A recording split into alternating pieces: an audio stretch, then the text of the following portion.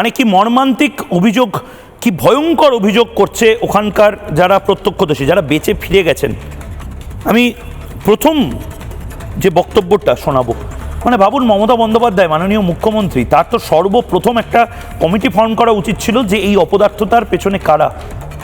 রাত্রে, আমি এটা আপনাদেরকে বলছি, অংশুমানদা, রাত্রে দাউ দাউ করে ফ্যাক্টরিতে আগুন লেগেছে, ফ্যাক্টরির মালিকের নিয়ম অনুসারে বাইরে তালা ঝোলানো, ভেতরে শ্রমিকরা কাজ করে, ঘর মোছে, লক মেনটেন করে, এইগুলো করে মর্নিং শিফট তালাটা খোলে, এরকম অভিযোগ করা হচ্ছে। দাউ দাউ করে আগুন জ্বলছে, সেই সময় তাদের ঝলসে মরে যাওয়া ছাড়া কোনো উপায় নেই, কারণ দমকলও সকালের আগে আসেনি। এটা তারা বলছেন, আমি জানি না সত্যি মিথ্যা কী, কিন্তু এই অভিযোগের পরেও একটা সরকার চলছে। আমি একবার শোনাবো, তারপর দ্বিতীয় অংশে যাব।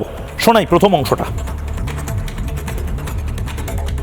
আগুন ছড়িয়ে পড়েছে, হ্যাঁ, দাউ দাউ করে জ্বলছিল। সেই সময় সেটা তখন কটা বাজে? 3টে থেকে 3:30? হ্যাঁ, তখন 3:30 4টে এরকম হবে। সেই সময় দমকল কি যথেষ্ট পরিমাণে এসেছিল? দমকল এসছে 5টা 5:30টার দিকে দমকল এসছে। এবার ওই সামনের দিকে থেকে এসছে, তারপরে 2-4টে এসছে, তাও লাইট ফাইট জ্বলেনি, এরকম একটা অবস্থা। তারপরে বলছে, আমরা তো এদিকে ব্যস্ত আছি যে আর কিছুজন বের আমাদের যারা বন্ধুরা আছে তাদেরকে বের করতে পারবো নাকি, এরকম ছোটাছুটি করছি।